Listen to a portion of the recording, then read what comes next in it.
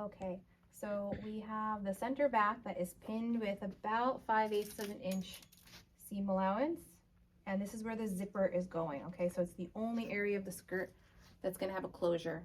That means that you have to open that past the most full point of the hips to be able to put it on and to be able to have it be fitted at the waist and throughout. So center back must stay perpendicular to the floor. That means that this is already cut on straight grain. You'll notice that it's kind of like a straight edge from waist to hem. So while we do the fitting, we have to be sure that center back is pinned shut. Okay, you can ask me questions because I know that that part's a little tricky. So when we cut this, we cut with the grain of center back to be parallel to the selvage or the fold. So in her case, it looks like her waist is a little small. So if we just take out from center back, it's going to change the grain line of center back. So we have to take out equally from either side at the waist. This skirt has a waistband pattern. So whatever changes we make to the waist of this skirt, we also have to make to the waistband. So it looks like we're probably going to take out about 3/8 of an inch. And then we're going to blend that into the original hip.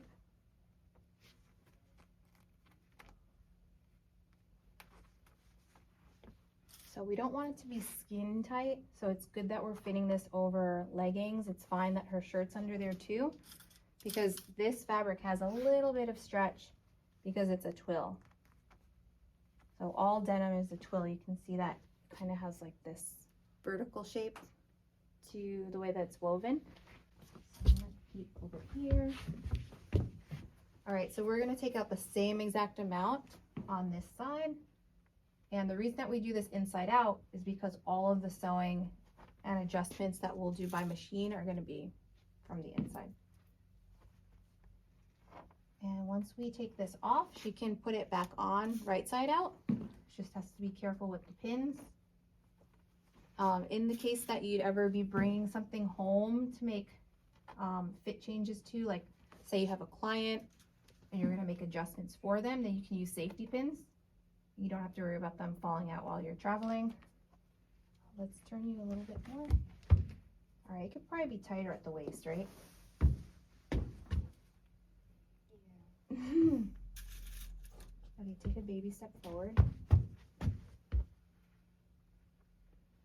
So the same amount I take out on one side, I must take out on the opposite. And the waistband is going to join to the very top of this skirt. It's a fairly high-waisted style skirt, so unfortunately we can't shorten the waist.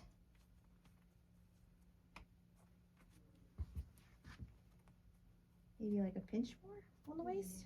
Okay, so why don't you face them? So you can see now the fit is a bit smoother. And we'll take out a hair more, because Courtney wants to look snatched, which I respect. So once we take this off her, what she's gonna do is remove the pins after she's marked it with chalk. So the chalk will become her new sewing line, exactly where the pins are. And then whatever amount we take out from the side seams of the skirt, we have to take out from the side seams of the waistband. No questions? Are you nervous I'm going to pinch you? No.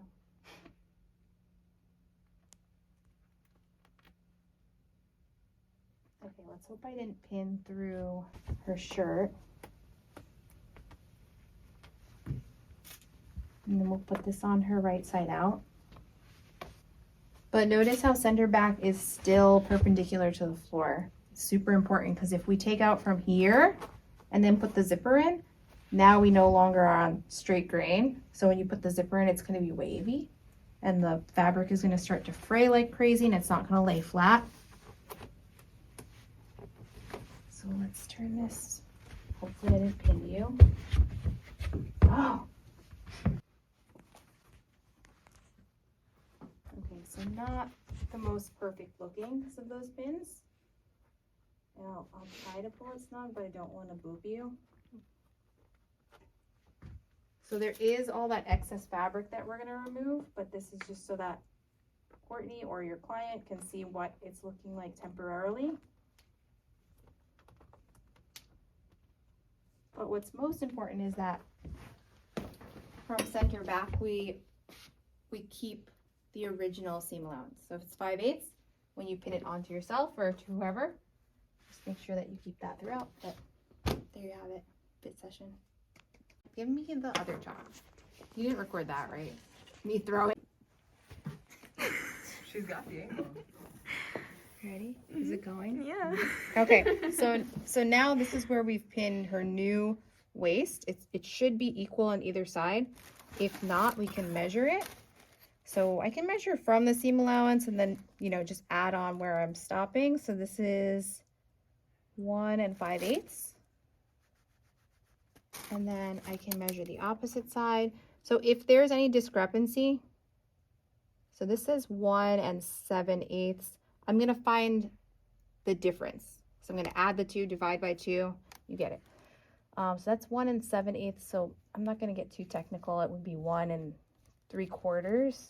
I don't know if that's the correct math, but the next bit is to measure the depth of our new side seam. So what I like to do is because this is not straight, I have to pivot the ruler. So we'll start at 1 and then pivot the ruler. So 7 3/4. Same for this side. I'll have to measure.